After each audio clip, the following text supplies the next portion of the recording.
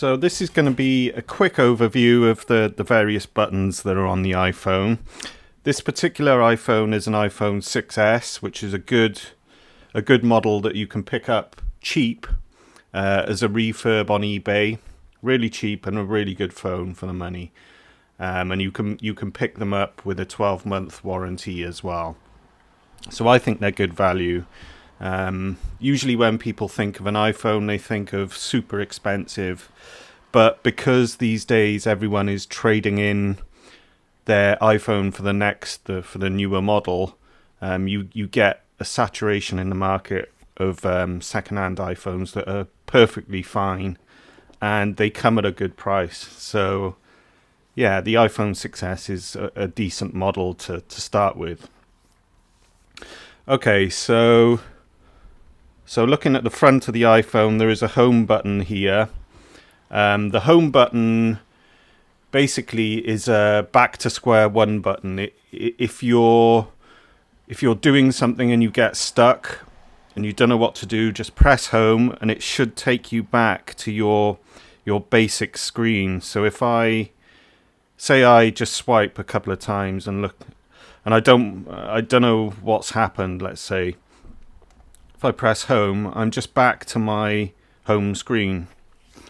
The other function that home does is it allows you to look at what apps are active in the background, which is a bit of a strange concept if you aren't familiar with it. But if I quickly double tap home, then you can see that there's a camera app open, there's a phone app, a clock, WhatsApp, messages, photos, and YouTube.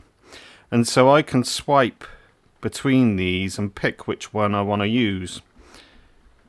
And again, if I want to get out of that, I just press home. But if I double tap it again, see, then I can switch between these apps. So let's look at messages. Double tap again, and then I can switch to camera. So that's the way, if you're not used to smartphones, when you see this screen, you might reasonably assume that no applications are running, but that's not true. It's just not displaying the running applications. They continue to stay open, but in the background, so to speak. So when you double tap home, you can see which applications are still running in the background. So if for example you were doing a brand new process and you got stuck somewhere, let's say, and you wanted to kind of press a panic button and get out of that application, well, the way that you would do it is you would double tap home, and then you can swipe up to close down the application. So if I want to close down messages, I just swipe up, close down clock, swipe up, and I can press home to get back. So it's kind of, whatever you do, you can usually press home and you can get back to the beginning, so to speak. If you think of your home screen with where your main apps are as your home base, so to speak. So you can always get back there, and that gives you some kind of security in knowing that you can get out of trouble if you get into it. So yeah, that's the home button. Another thing that you can do with the home button is you can hold it down, and when you hold it down, that'll activate something called Siri, which is basically a voice search. You need to be connected to the internet to use it, but I'll just show you what it does. You can basically ask it a question like you would type into Google. So say, I don't know, capital city of Sri Lanka, I'll go for. What is the capital city of Sri Lanka? So it comes up with the answer, basically. if you do a search that's to do with stuff on your phone, it'll kind of display the results in subheadings, and then it's kind of easy to go through. But it's quite a useful thing. You can also get it to, you can say things like send so and so a message, and it'll generate a message, and then you can just press send to send it. So it's quite handy, but it's not essential to use. So that's the home button. It's the one you're going to be it's the only button really that the phone uses in terms of interacting with the apps and stuff. So the other buttons are basically your volume and your power.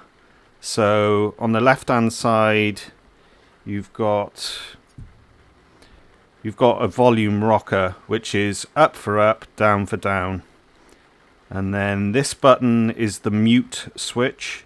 So when you click it down, the phone is muted, and then you can click it up and it's back on. So if you went to the cinema, you would obviously click it down and keep it muted. On the right hand side, there is a little SIM slot, a SIM tray, which you need to push something sharp into to eject. So I'll just quickly do it if I can. You need to press relatively firmly. And there's the SIM card in the tray. Okay. And when I put it back in, you can see here that the bars come up to show that I've got cell phone coverage. So yeah, that's the SIM tray. This button is Apple call it the side button, but it actually just wakes up or sleeps the screen. So if I press it, it'll sleep. If I press it again, it'll wake up.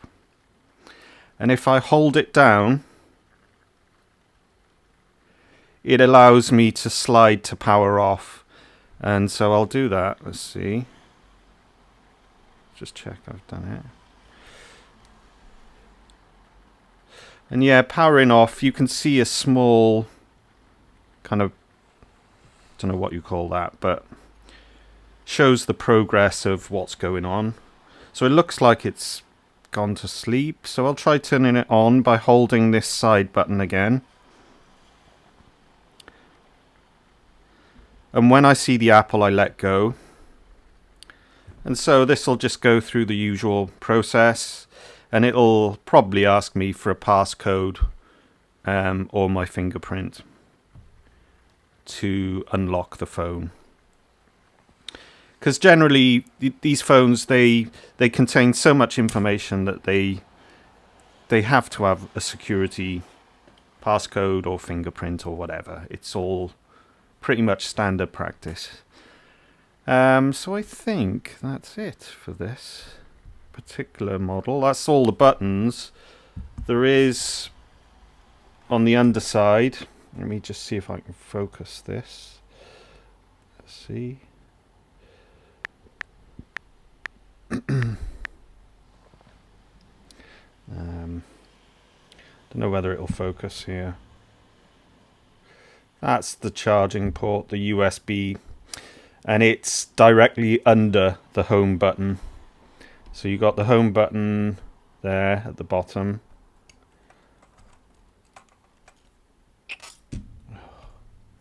So we got the home button there, and just under it is where you plug in your USB cable.